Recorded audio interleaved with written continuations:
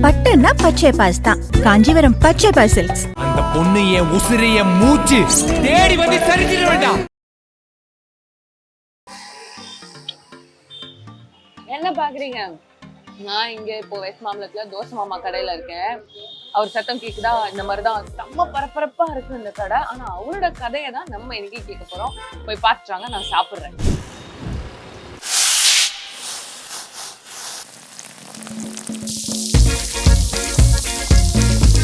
Breakfast, lunch, dinner 3 நேரம் பண்றேன். Food is quality is good. டேஸ்ட்டும் நல்லா இருக்கு. குழந்தைகளுக்கும் கொடுக்கலாம். 2009ல சாப்பிட்டவங்க என்கிட்ட இன்னும் சாப்பிட்டுட்டு இருக்காங்க. 15 வருஷமா சாப்பிட்றவங்களாம் இருக்காங்க. சாப்பிடுங்க ஃபாஸ்ட்டு ஒரு 5 இயர்ஸ் சாப்பிடுங்க. நிறைய வெரைட்டிஸ் ஆஃப் தோசை நல்லா இருக்கும். கஸ்டமர் ஆதரவு தான் முழுக்க முழுக்க தேவை. ஸ்டாஃபுங்க இல்லைன்னா கடை இல்லை. ஒரு நாளைக்கு 18 பேர் நான் உழைக்கிறேன். அன்னைக்கும் சரி இன்னைக்கும் சரி. உழைப்பு தாங்க மூலதனம். எல்லாருக்குமே உழைப்பு தான் மூலதனம். சொல்லுங்க, நீங்க கேட்கலாம். இது கண்டினியூ ஆகிட்டு நீங்க சொல்லுங்க. இங்கேயும் சிந்தனை அங்கேயும் சிந்தனை. புதுசாக தொழில் ஆரம்பிக்கிறீங்களா, குவாலிட்டி கொடுங்க, குவாலிட்டியை மெயின்டைன் பண்ணுங்க. அதுதான் பெஸ்ட். என்னைக்கும் நிரந்தரம். நான் ஹை குவாலிட்டியாக இருக்கு. குவாலிட்டி நீட்னஸாக இருக்கும். Food is quality is good.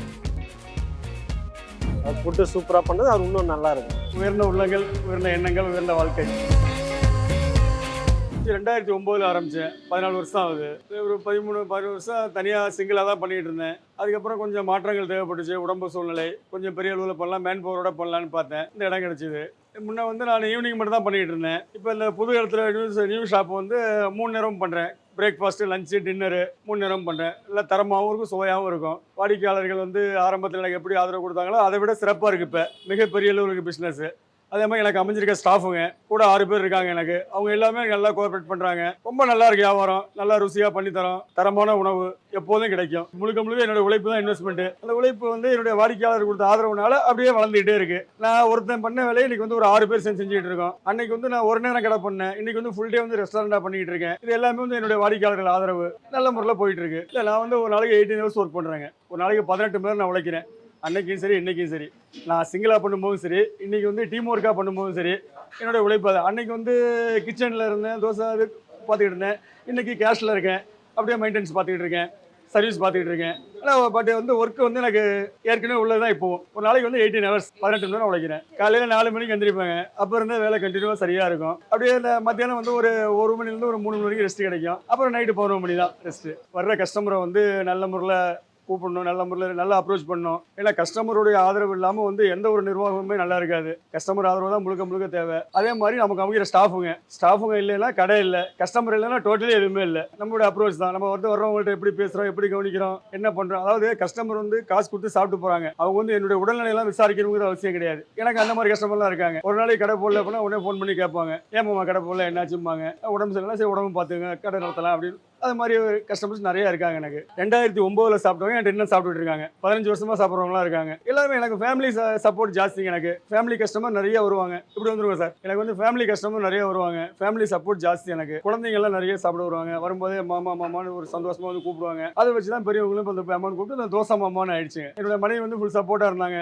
நான் லாஸ்ட்டு அந்த தனியாக பண்ணிட்டு இருக்கும்போது நோ லைஃப் வித்தவுட் ஒய்ஃப், அவ்வளோதான் சொல்லலாம். அதான் நான் ஒன் மேன் பண்ணிட்டு இருக்கும்போது இப்போ டீம் ஒர்க்காக பண்ணிட்டு போது அவங்களுக்கு ரெஸ்ட் கொடுத்துட்டேன். அவங்க இப்போ ரெஸ்ட் எனக்கு, நான் மட்டும் பார்த்துக்கிட்டு இருக்கேன். இது எல்லாமே வந்து என்னோட ரிசர்ச் தாங்க இது. ஏன்னா வந்து பெரும்பாலும் எல்லா கடையும் போனீங்கன்னா உங்களுக்கு ஒரு மசாலா தோசை, ஆனியன் தோசை, பொடி தோசை இந்த மாதிரி தான் இருக்கும். நான் கொஞ்சம் டிஃப்ரெண்ட்டாக பண்ணணும்னு ஆசைப்பட்டேன். கஸ்டமருக்காக வைக்கணும், கஸ்டமர் நிறைய வேணும்னு ஆசைப்பட்டேன். அது ஒவ்வொன்றா நானே ரிசர்ச் பண்ணது நீங்கள் வந்து நல்ல முறையில் போயிட்டு இருக்கீங்க. ஏன்னா தோசை வெரைட்டி டெய்லி நான் வந்து புதுசாக அறிமுகப்படுத்திக்கிட்டே இருப்பாங்க. இது எல்லாமே வந்து டெய்லி ஸ்பெஷல் அது மாதிரி போட்டுட்டு இருக்கேன். இது மாதிரி நிறைய இருக்கும். இப்போ வந்து டெய்லி ஒரு 30 வகையான தோசை போட்டுட்டு இருக்கேன். இது இன்னும் கண்டினியூ ஆகும். புதுசாக நான் வந்துகிட்டே இருக்கும். ஏன்னா எந்த அளவுக்கு நமக்கு வாடிக்கையாளர் ஆதரவு கொடுக்குறாங்களோ அதுக்கு தகுந்த மாதிரி நம்ம பிஸ்னஸ் பண்ண முடியும். ஏன்னா இப்போ ஒரு இட்லி தோசை அப்படிங்கிறது எல்லா கடையிலையும் கிடைக்கிது, எல்லா இடத்துலையும் சாப்பிட்றாங்க. இங்கே இல்லைன்னா அங்கே இல்லைன்னா இங்கே அப்படிங்கிற மாதிரி போகிறாங்க. என்கிட்ட வந்து டிஃப்ரெண்ட் ஆஃப் தோசை வேறு வந்து இந்த கலர் பொடி சேர்க்குறது, இந்த அஜினா மூட்டை, அதாவது இந்த மாதிரி என்கிட்ட பாருங்கள். கிச்சன் இங்கே தான் இருக்குது. ப்ரொவிஷன்ஸ், வெஜிடபிள்ஸ் எல்லாமே சூட் பண்ணிங்க. எல்லாமே தரமாக இருக்கும். Mister right. இப்போ வந்து அவங்க என்ன சொல்கிறாங்கன்னா, உங்களுக்கு ரெஸ்ட் தேவைங்க, நீங்கள் ரெஸ்ட் வாங்கன்னு சொல்கிறாங்க. பட் வந்து இப்போ என்னால் வந்து ரெஸ்ட் எடுக்கக்கூடிய சூழ்நிலை இல்லை. இன்னும் கொஞ்சம் நாளைக்கு கொஞ்சம் கஷ்டப்பட்டு தான் ஆகணும். உயர்ந்த உள்ளங்கள், உயர்ந்த எண்ணங்கள், உயர்ந்த வாழ்க்கை. இல்லை, எனக்கு வந்து எல்லாமே ஃபேவரேட்டுங்க. எனக்கு மனைவி பிடிக்குமா, பிள்ளைங்க பிடிக்குமானா எப்படி சொல்கிறது? நான் பிள்ளைங்க தான் பிடிக்கும், மனைவி பிடிக்காதுன்னு சொல்ல முடியுமா? அது மாதிரி எல்லா தோசையும் என்னுடைய ஃபேவரேட் தான். இல்லை, நீங்கள் உங்களுக்கு என்ன பிடிக்குன்னு சொல்லுங்களேன். இதை பார்த்து எவ்வளோ வெரைட்டி இருக்குது, அதுதான் எனக்கும் பிடிக்கும். வாடிக்கையாளருக்கு என்ன பிடிக்குமோ அதான் எனக்கும் நல்லா இருக்குன்னு சொல்லுவாங்க. இதை விட அது நல்லா இருக்கு, அதை விட இது நல்லா இருக்கும்பாங்க. நான் என்ன நினைப்பேன், இதை விட நான் சிறப்பாக பண்ணணும்னு நினைப்பேன். நான் இன்னைக்கு நல்லா இருக்குன்னு சொல்றாங்கல்ல, நாளைக்கு இதை விட சிறப்பாக பண்ணுவோம் அப்படின்னு ஒரு எண்ணம் எனக்கு உருவாகும். இல்லை அது மாதிரிலாம் இருக்காங்க. எல்லாத்தையும் அட்ஜஸ்ட் பண்ணி போகணுங்க. எல்லாத்தையும் அனுசரிச்சு போகிறது தான் பிஸ்னஸ். மக்கள் சப்போர்ட் ஜாஸ்தி இருக்கு எனக்கு.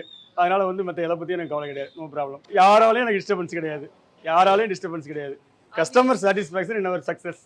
ஸ்டார்டிங்கில் வந்து முதல்ல கடை ஆரம்பிக்கும் போது இட்லி, தோசை, பரோட்டா, சப்பாத்தி 4 தான் போட்டுக்கிட்டு இருந்தேன். அது வந்து எல்லா இடத்துலையுமே கிடைக்குது. நான் கொஞ்சம் டிஃப்ரெண்டாக பண்ணணும்னு ஆசைப்பட்டேன். அப்போ உருவானது தான் அந்த வெரைட்டி ஆஃப் தோசை. அது இன்னைக்கு வரைக்கும் போயிட்டு இருக்கு.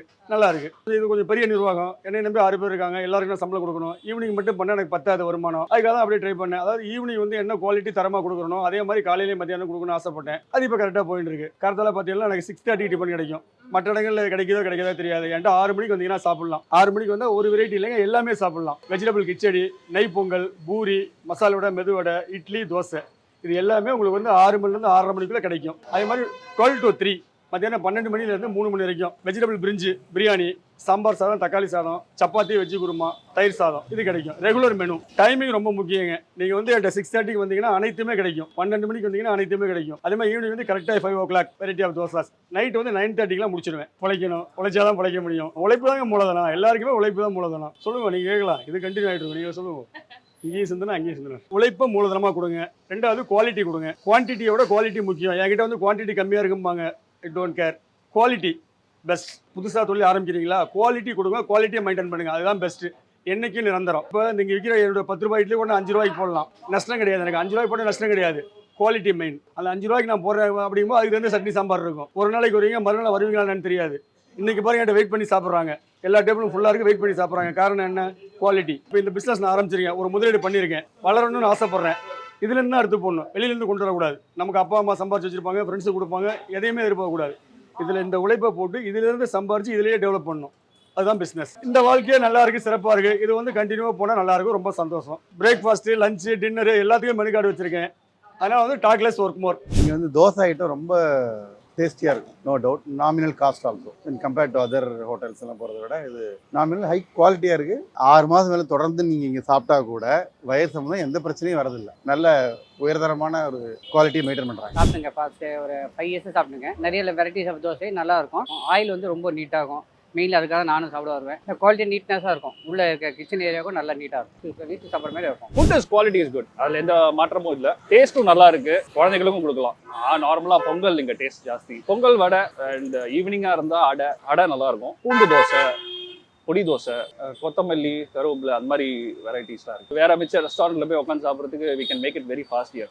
அண்ட் டேஸ்ட் ஆல்சோ நல்லா இருக்கு. ஃபுட்டுலாம் சூப்பராக இருக்கும். டேஸ்ட்டு, காரம் எல்லாம் செம்மையாக இருக்கும். எல்லாருக்கும் வாங்கி கொடுக்கலாம், ஒன்றும் பிரச்சனை இல்லை. நல்லா இட்லி, சாம்பார், வடை எல்லாமே நல்லாயிருக்கும். அவர் விநாயகர்லேயே வண்டியிலேயே அவ்வளோ கூட்டம், அவரால் பார்த்துக்கவே முடியாது. நல்லா செய்கிறாரு. அவர் ஃபுட்டு சூப்பராக பண்ணது, அவர் இன்னும் நல்லா இருக்கும். பட்டுன்னா பச்சை பாஸ் தான். காஞ்சிபுரம் பச்சை பாஸ் சில்க்ஸ். அந்த பொண்ணு என் உசிரிய மூச்சு தேடி வந்து சரிஞ்சிட வேண்டாம்.